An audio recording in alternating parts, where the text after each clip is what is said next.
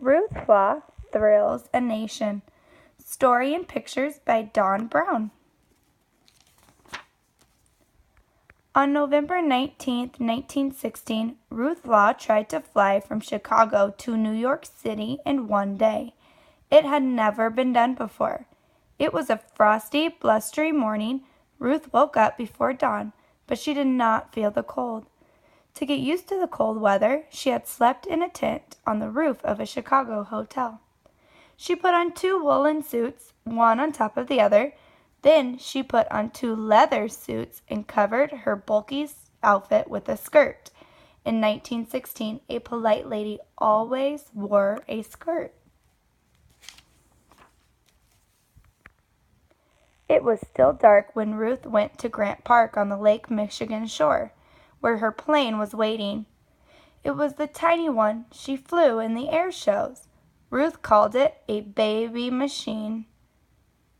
It was good for stunts like loop-the-loop, but it was small and old. Ruth had tried to buy a newer, bigger plane for her long flight, but Mr. Curtis, the manufacturer, had refused to sell her one. Hundreds of pilots had already been injured or killed flying, and Mr. Curtis did not believe a woman could fly a large plane. Mechanics had worked all night on the plane. They had attached a special windshield to protect Ruth from the cold wind and had added a second gas tank so she would not have to stop for fuel more than once. Now the plane could carry 53 gallons of gasoline, but the additional gasoline made the plane too heavy. To get rid of some extra weight, the mechanics took the lights off the plane. Without them, Ruth would have to reach New York City before nightfall. The freezing weather made her engine hard to start. More than an hour passed before Ruth could get underway. At 7:20 a.m., Ruth climbed into the cockpit. She removed her skirt and stuffed it behind her seat. Good sense defeated fashion. She opened the throttle. The plane leaped forward and bounced over bumps and hollows. It raced awkwardly across the ground, then lifted toward the sky. A fierce wind whipped through Chicago. It shook and tossed the small plane. A dozen onlookers watched in fear. A mechanic cried.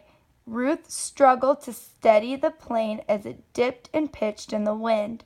She narrowly topped the buildings and slowly climbed into the sky above Chicago. Ruth Law was on her way to New York City.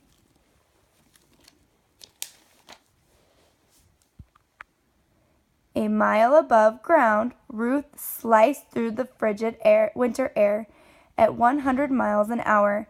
She set her course by consulting the crude scroll of maps she had taped together and attached to her leg.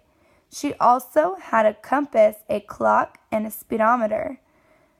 Ruth flew for nearly 6 hours. She was depending on the wind to help carry her from Chicago to New York City, but the wind died down. Only gasoline propelled the plane.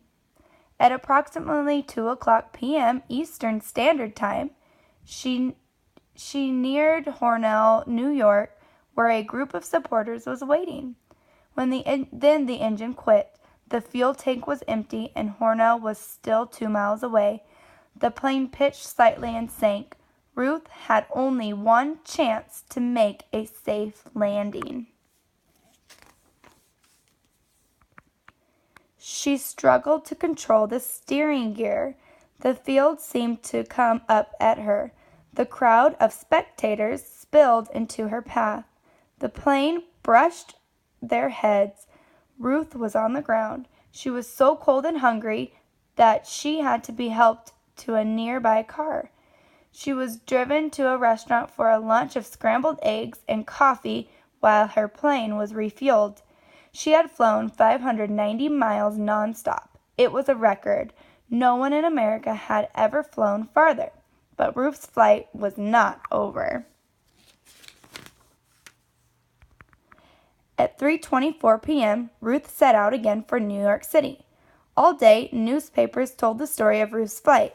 A crowd in Binghamton, New York, had turned out, hoping to see her fly overhead. They were not disappointed. At first, she was just a speck in the sky, but soon she made a striking camo against the late afternoon sun. Suddenly, the plane slanted toward the ground and disappeared behind some trees. "She's down! Something's broken!" Nothing was broken. Ruth had decided to land. New York City was 2 hours away, but she would not be able to read her instruments in the dark. She tied the plane to a tree, wrapped her skirt around her, and accepted the hospitality of strangers. The next morning, Ruth flew to New York City. When she landed, an army general and a military band were there to greet her. Ruth was a heroine. "You beat them all," the general said as he shook her hand. Newspapers heralded her feat. President Woodrow Wilson called her great. A huge banquet was given in her honor.